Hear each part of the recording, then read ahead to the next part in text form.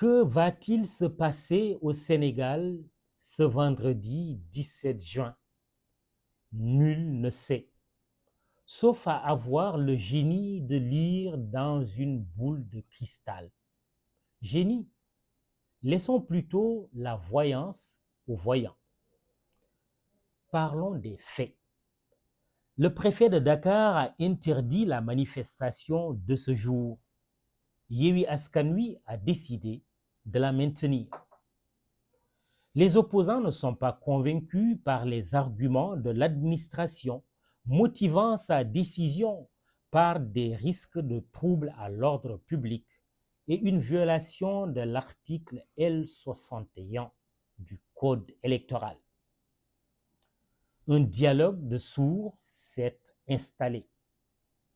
Quand l'un des protagonistes, le préfet en l'occurrence, appelle au respect de la loi, l'autre, comprenez la coalition Yao, renvoie elle aussi son interlocuteur au respect de la loi. Et pourtant, chacune des parties le sait. La même loi ne peut pas dire une chose et son contraire. La vérité est que de part et d'autre, les acteurs de la scène politico-administrative ne s'entendent sur presque rien.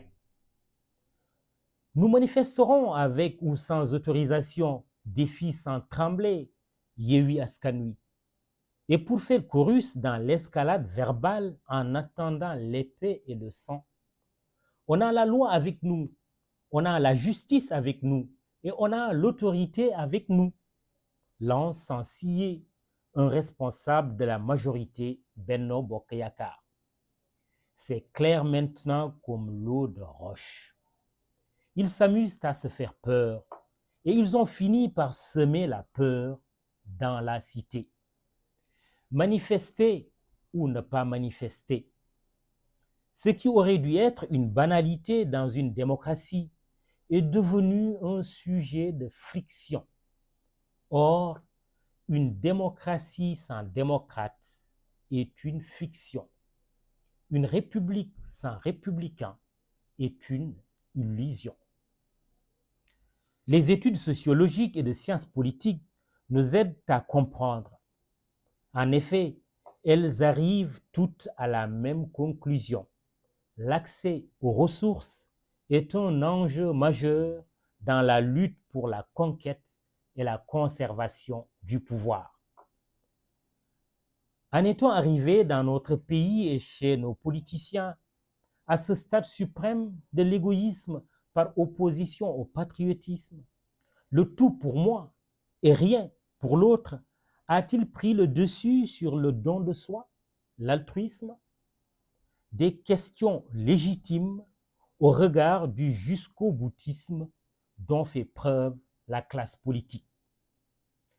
Loin du vacarme attendu à Dakar, le sud du pays devait polariser les attentions avec l'arrivée du chef de l'État à Kolda. Bien dommage que cette visite ait été reportée au motif du respect de la période de pré-campagne et pour éviter toute accusation de campagne électorale déguisée. Permettez-nous d'objecter que l'agenda du président de la République ne doit pas souffrir des aléas électoraux. Et d'ailleurs, n'étant pas candidat, sa visite aurait été une bonne occasion d'être au contact du pays profond. Les Koldois sont bien sénégalais. Imaginons le scénario qui aurait pu être écrit ce 17 juin. L'opposition à Dakar, le pouvoir à Kolda. Vol, viol, violence, offense, rébellion, insurrection, toutes les armes conventionnelles comme non conventionnelles sont utilisées dans la bataille. La fin justifie les moyens. Ôte-toi de là, que je m'y mette. À l'image de la lutte avec frappe, ce sport bien de chez nous, les hommes et femmes politiques du pays se sont transformés au fil des années en promoteurs de l'insulte et de la haine, avec comme conséquence la mort. Les 14 jeunes tués dans les émeutes de mars 2021 en sont la preuve. Qui se souvient encore de ces pauvres victimes de la bêtise des vivants? Personne. Au contraire, la danse du scalp se poursuit gaiement et allègrement jusqu'au prochain sacrifice humain. Fatalement, si la retenue n'est pas au rendez-vous.